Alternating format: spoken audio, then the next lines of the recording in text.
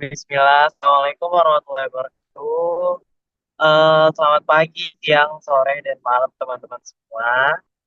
Kapanpun dimanapun kalian nonton video ini, mudah-mudahan kalian selalu semangat. Jadi, aku malam ini mau membahas tentang pemicu mengenai buta warna.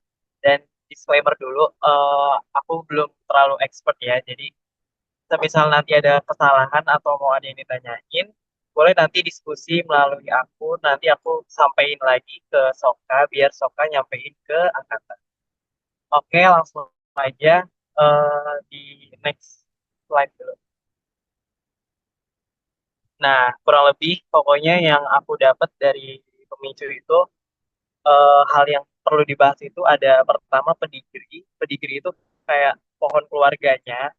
Terus proses dogma sentral itu kayak proses dari sintesis protein pokoknya. Terus jenis-jenis buta warnanya sama tes buta warnanya. Lanjut.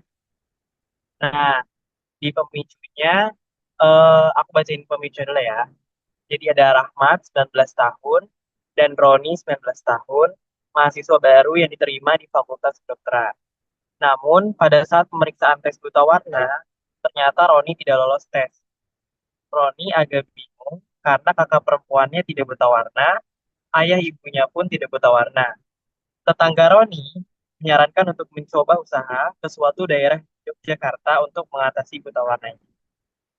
Oke, kalau misalkan kita lihat dari pemicu, berarti yang harus di-highlight itu di sini si Roni 19 tahun, di mana dia merupakan mahasiswa kedokteran, lagi ada tes buta warna dan dia nggak lolos tes.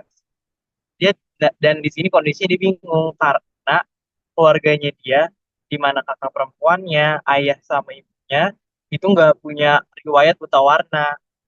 Nah, itu sebenarnya yang harus di highlight di situ ya. Berarti coba langsung ke petcon dulu.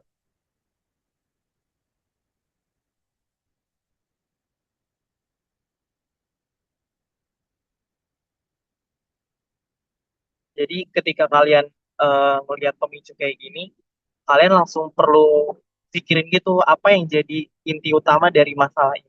Kalau dari yang aku paham itu, inti masalahnya ya, Roni nggak lolos tes buta warna, padahal keluarganya ini nggak punya riwayat buta warna. Nah, kayak seperti dia akan bikin peta konsep harus dari identitas di yang mau dibicarakan dulu subjeknya dulu ya. Jadi pertama 15 tahun merupakan mahasiswa baru Fakultas Kedokteran, mana dia melakukan yang namanya tes buta warna. Nah, tes buta warna ini ada banyak tipenya. Salah satu ya ada kayak chromatic test, relief color match, sama arrangement test. Sebenarnya kalau dari aku cari itu, tes-tes ini kayak variasinya aja sih yang beda, cuma kayak tata laksananya eh ya beda sih sebenarnya. Cuman kayak kalau arrangement itu dia, coba ke Canva aja deh langsung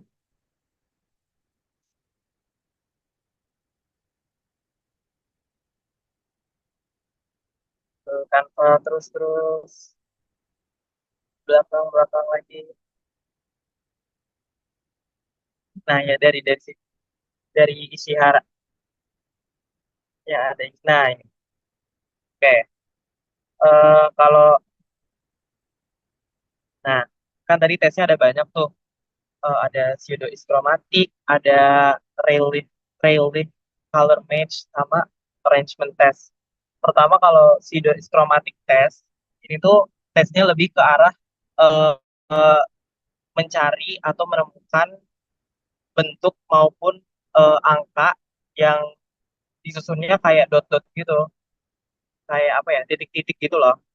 Kalau yang di gambar atas itu namanya H HR HR H, pokoknya HRR flat.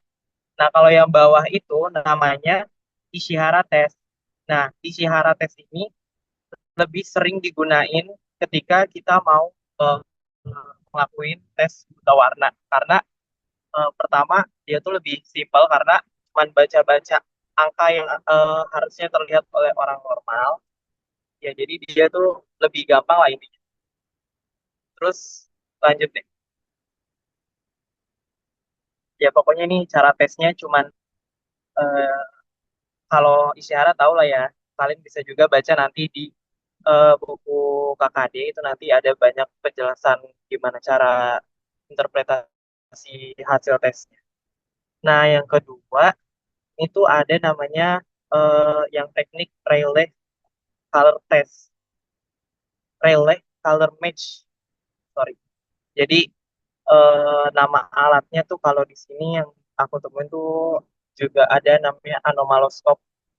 Jadi anomaloskop ini karena namanya anomaloskop ya, jadi deteksi buta warnanya tuh sebenarnya bukan ke eh, lebih tahu buta warna yang jenis pokoknya nanti aku jelasin ya. Ini tuh lebih kenanya ke deteksi buta warna yang anomali. Jadi ada emang buta warna tuh ada yang anomali, di mana anomali itu maksudnya adalah dia punya si pigmen kerucut. Cuma emang daya tangkap si pigmen kerucutnya nggak sama dengan orang normal. Nah, buat deteksi itu pakai alat ini namanya anomali. Jadi ada warna kuning gitu di bawahnya nanti disesuaiin yang atasnya tuh di mana kalau di atasnya jadi warna hijau, dari warna hijau ke kuning, dari warna merah ke kuning gimana. Ketika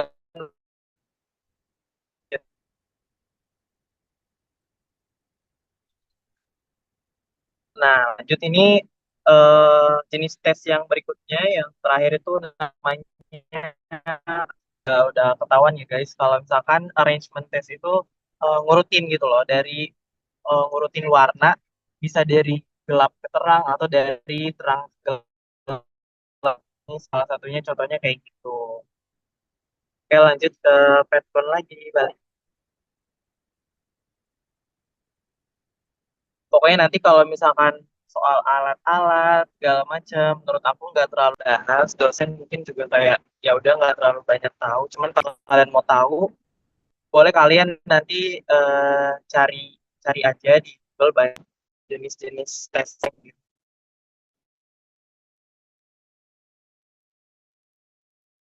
Oke, boleh.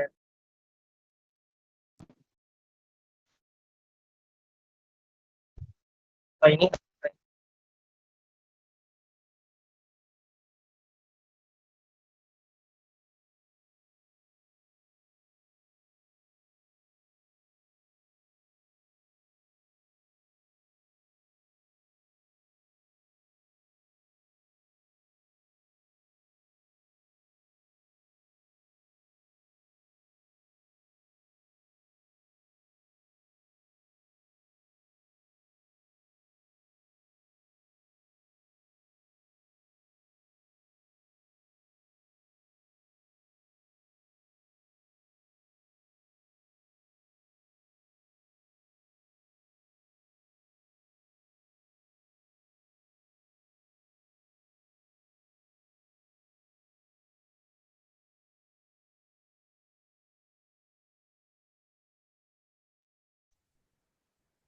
kalau teman Ah, tadi nge-lag.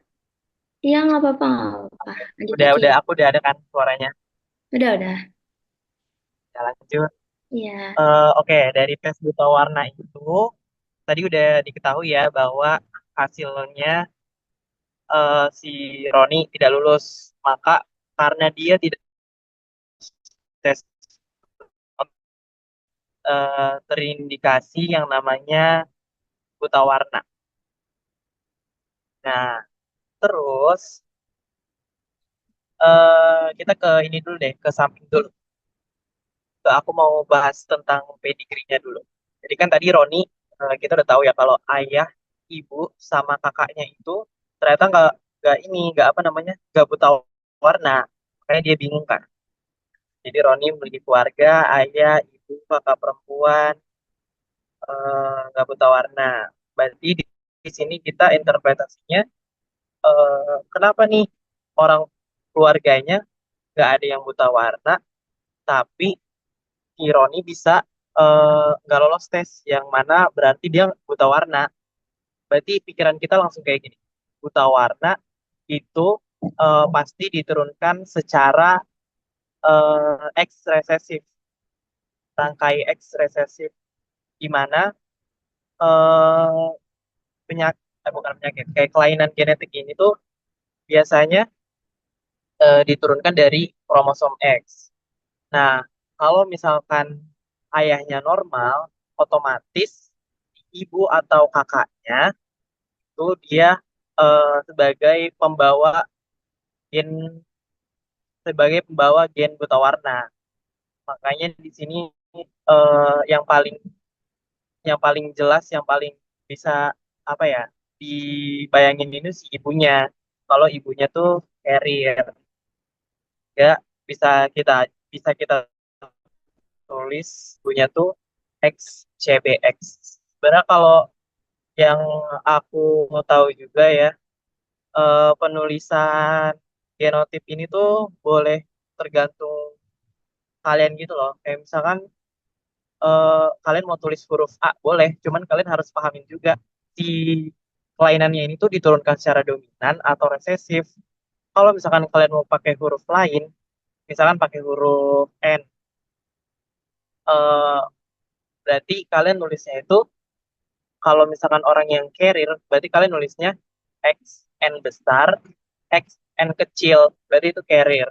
Nah, kalau yang buta warna, berarti X N kecil, X N N kecil, otomatis itu menandakan kalau dia tuh resesif. Oke, lanjut ke kakak perempuannya. Kakak perempuannya, dia ini ada dua kemungkinan, bisa emang dia normal atau dia carrier. Ini sih nggak terlalu ini ya, nggak terlalu dipermasalahin karena emang bisa terjadi dua kondisi seperti itu. Ya otomatis genotipnya bisa XX atau bisa juga XCBX. Coba kita ke Canva kali ya biar nggak bingung.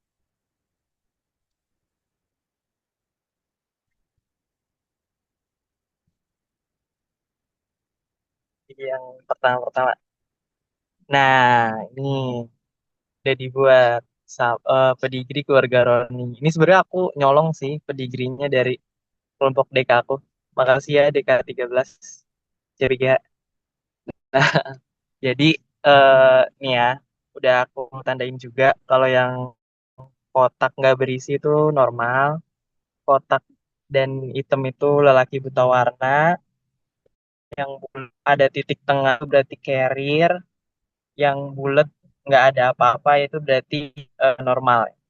Di kondisi ini ayah Roni udah ketahuan normal, berarti genotipnya XY. Terus kalau ibunya otomatis carrier karena anak laki-lakinya ini buta warna.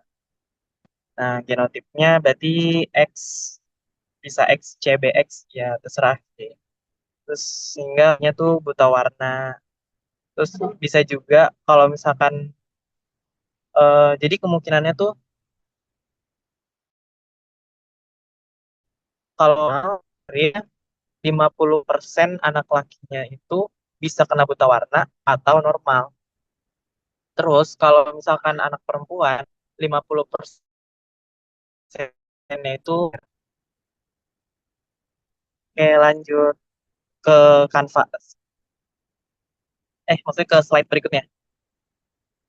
Nah, ini juga beberapa kemungkinan-kemungkinan keturunan ya dari buta warna. Kondisi yang A itu di mana si ibunya itu merupakan wanita normal dan ayahnya itu laki-laki mempunyai gen buta warna. Jadi kemungkinan anaknya yang cowok itu 100% normal, insya Allah.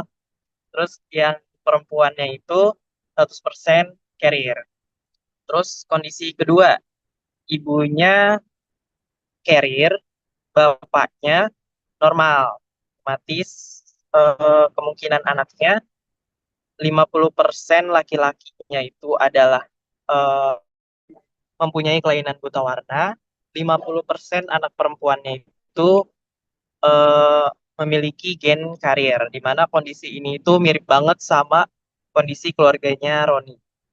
Terus kondisi ketiga itu di mana ibunya itu carrier dan bapaknya itu memiliki buta warna. Di kemungkinan anaknya eh 50% dari masing-masing anaknya mau laki-laki mau perempuan itu memiliki kemungkinan untuk buta warna. Terus kalau yang perempuan 50%-nya lagi memiliki kemungkinan untuk menjadi carrier. Itu guys. Lanjut lagi ke petcon. Petcon dulu.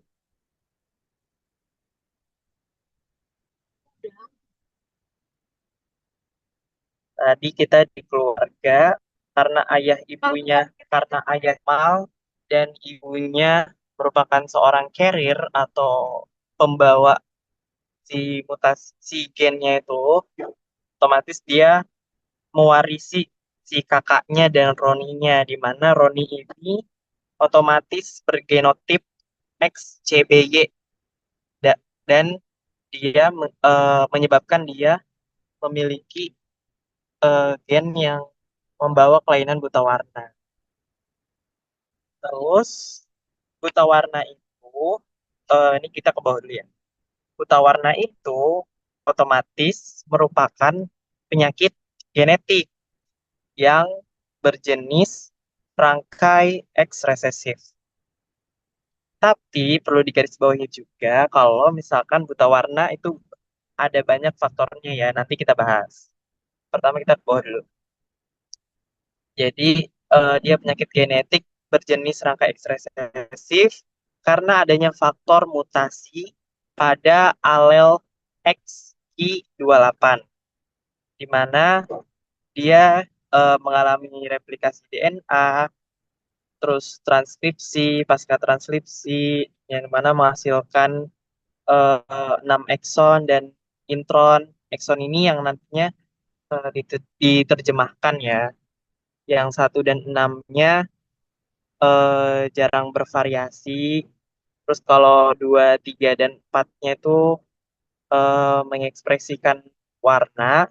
Sedangkan di yang ekson kelimanya ini terjadi mutasi sehingga mutasinya itu loss atau kayak kehilangan sesuatu gitu loh. Sehingga jadi dia tuh splicing keluar yang harusnya diterjemahkan, tapi karena dia ada mutasi, dia jadinya malah keluar splicing. Sehingga ke kanan dulu. Sehingga yaitu gagal mengkodekan si asam aminonya, di mana asam aminonya itu dalam kasus ini adalah protein opsin. Yang mana kita sama-sama tahu kalau protein opsin ini merupakan protein pembentuk sel kerucut ya. Jadi dia berpengaruh ke gen pada sel kerucut di retina, yaitu diantaranya ada OPN1LW, sehingga nanti dia gagal mengekspresikan sel kerucut merah, dan OPN1MW hingga dia nantinya gagal mengekspresikan sel kerucut warna hijau. Itu boleh ke Canva lagi.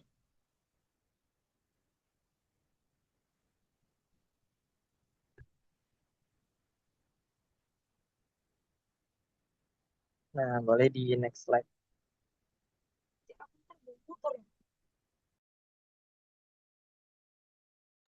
Nah, kurang lebih yang di foto ini tuh adalah proses, namanya proses dogma sentral, di mana dia tuh proses sintesis protein atau pembentukan protein ya.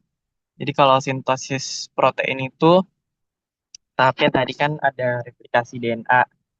Di dalam replikasi DNA itu untuk nurunin sifatnya otomatis harus melalui proses dogma sentral ini.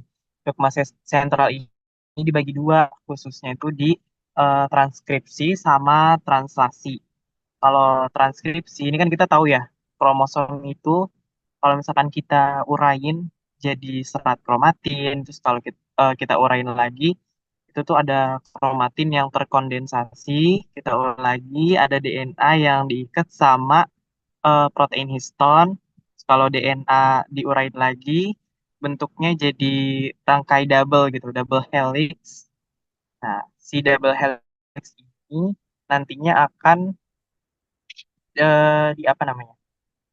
Ditempel sama RNA polimerase ya, RNA polimerase. Nah, sampai akhirnya dia masuk ke tahap transkripsi. Kalau transkripsi itu dari namanya aja, otomatis transkrip itu merupakan penulisan ulang dalam bahasa baru, di mana nantinya si apa ya si gen-gen yang ada di DNA ini nanti diubah jadi bahasa RNA oleh mRNA. Nah, terus itu prosesnya banyak ya, ada apa tuh namanya? Ada enzim segala macem sehingga nantinya ada yang splicing juga. Nah, jadi si proses mutasinya itu adanya di sini di post transcriptional regulation di daerah situ. Jadi harusnya yang splicing itu bagian intron doang, cuman karena ada mutasi di eksonnya itu, makanya dia ikut keluar. Sehingga nanti pas ditranslasi jadi aneh gitu, jadi ngaco. Makanya nggak bisa terjemahin protein yang ngebentuk pigmen sel kerucut. Nah, itu kan lanjut dari proses itu nanti masuk ke tahap translasi di mana mRNA dibawa oleh tRNA ya di, ke ribosom atau rRNA. Nanti itu diterjemahin jadi protein sesuai yang dimau, bisa jadi bisa jadi gen, bukan gen, bisa jadi kayak protein protein opsin, misalkan dalam hal ini bisa jadi protein opsin, atau misalkan mau butuhin enzim. Nah, prosesnya di translasi ini. Oke, lanjut slide berikutnya. Ini nice to know aja ya. Siapa tahu kalian penasaran sebenarnya gen XQ28 tuh apa.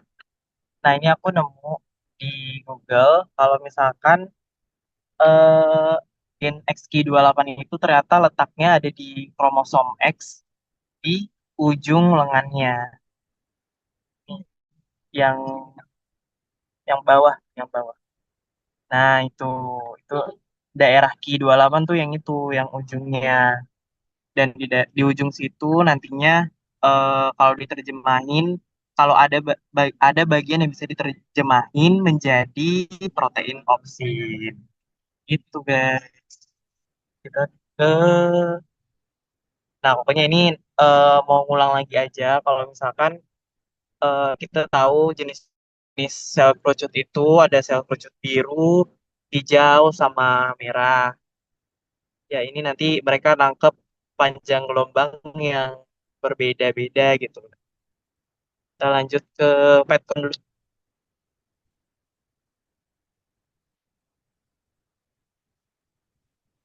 Oke, tadi prosesnya udah. Sekarang kita mau ngebicarain faktor-faktor apa aja yang bisa nyebabin cara buta warna ini tuh kebanyakan memang merupakan faktornya tuh dari genetik. Tapi gak menutup kemungkinan juga kalau misalkan buta warna ini ada faktor seperti penyakit sistemik, terus paparan zat kimia, ataupun penyakit pada mata. Penyakit pada mata ini contohnya kayak retinopati diabetik, itu dia bisa nyebabin buta warna.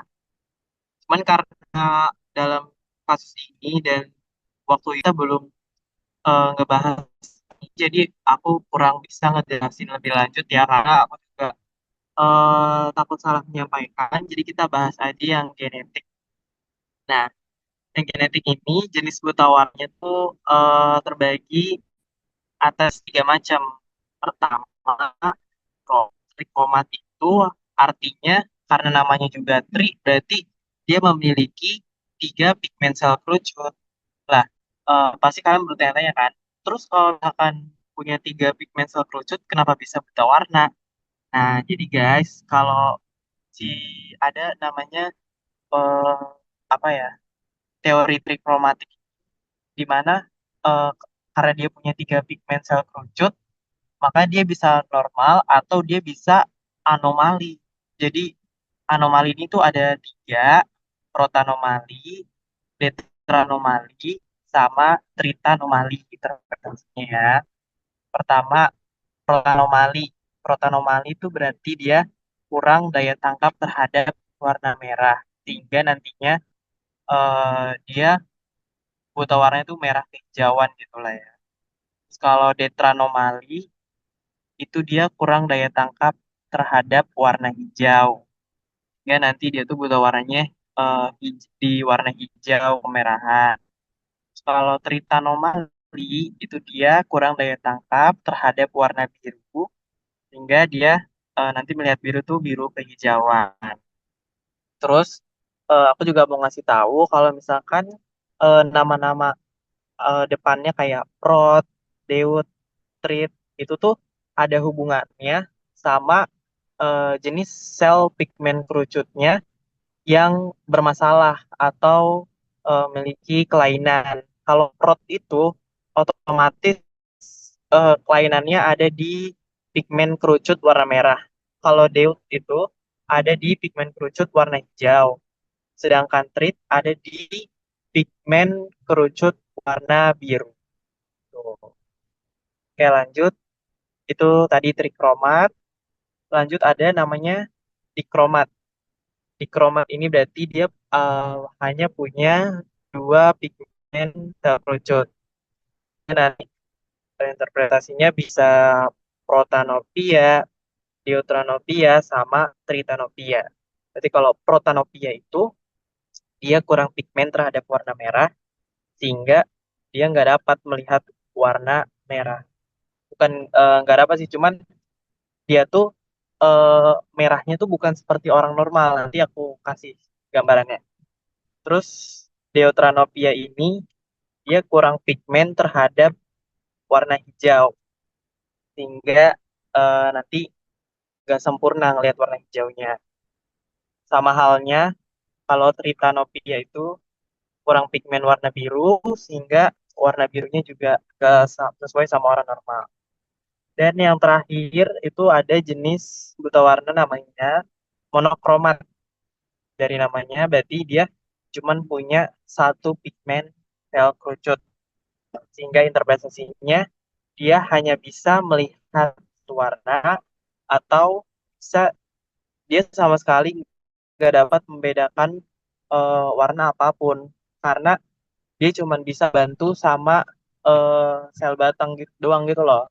Jadi cuma bisa dari gelap terangnya doang. Otomatis orang-orang yang punya kelainan monokromat ini ngelihat dunia itu hitam putih atau cuman dari tingkat abu-abu yang berbeda doang gitu loh. Kita ke Canva biar ada gambaran.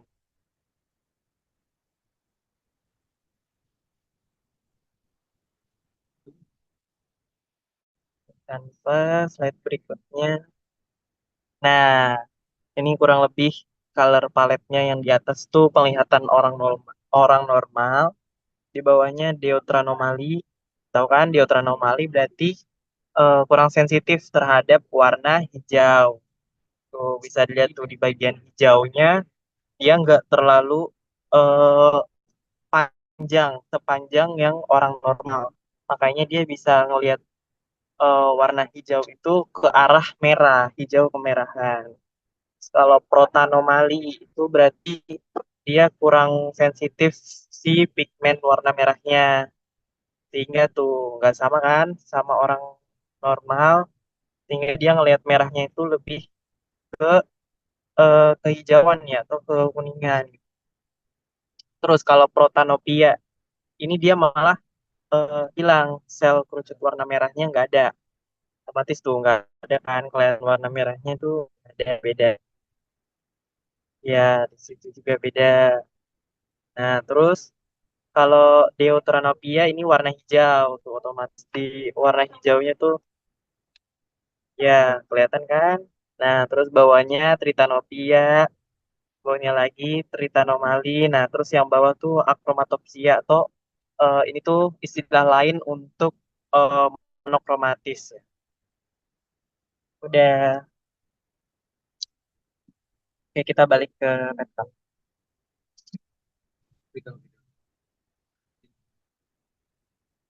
Eh, Nah, buta warna ini cara mengatasinya bisa pakai menggunakan kacamata dengan lensa khusus, memanfaatkan aplikasi color blind di ponsel, sama pelatihan visual dan strategi pembelajaran. Ini nice to know aja sih. Kalau di nanti di Soka, nggak tahu sih perlu dimasukin atau enggak. Cuman yang perlu kalian pahami banget itu tentang si ini dogma sentralnya. Nah ya di bagian situnya itu kalian perlu pahami banget sama di pedigrinya. Pedigri itu kalian perlu kuasai apa saja kemungkinan orang-orang bisa mengidap suatu kelainan itu perlu banget. Terus paling yang penting lagi itu jenis buta warnanya. Jenis buta warnanya itu kalian eh, harus tahu, harus hafal. Kalau tes segala macem, kayaknya kalau misalkan kalian bilang isi hara tes aja, mungkin bisa kali ya. Mungkin, tapi mungkin. Ini nggak tahu juga, karena kan paling biasa orang pakai, aku juga waktu itu tes buta warna tuh pakainya isi hara. Udah gitu, nah kalau IMDb-nya, tuh kalian bisa baca sendiri aja ya. Nanti boleh deh dikonfirmasi kalau misalkan ada yang salah atau gimana, boleh dikonfirmasi. Udah guys, kurang lebih itu penjelasan dari aku. Misal mau ada yang dikoreksi atau mau didiskusikan kembali, boleh nanti hubungi aku. Nah, Yeah. peta konsep kita kelompok satu Saka. Yeay, selesai. Eh. Terima kasih banyak teman-teman. Makasih, Noval.